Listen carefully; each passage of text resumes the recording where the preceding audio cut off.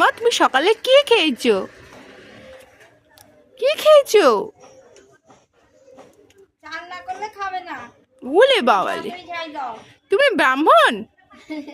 তুমি ব্রাহ্মণ? কোথায় যাচ্ছি জিজ্ঞাসা করো। মিঠু।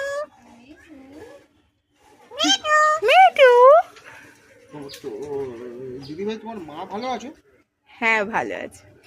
তোমরা দুই বোন ছিল না? হ্যাঁ আমি ছোট। ও, তোমার বোনটাকে লম্বা করে দিয়েছিলে না?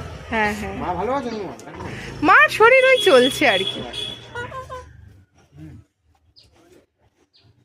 তুমি আমায় খেলা দেখাচ্ছো?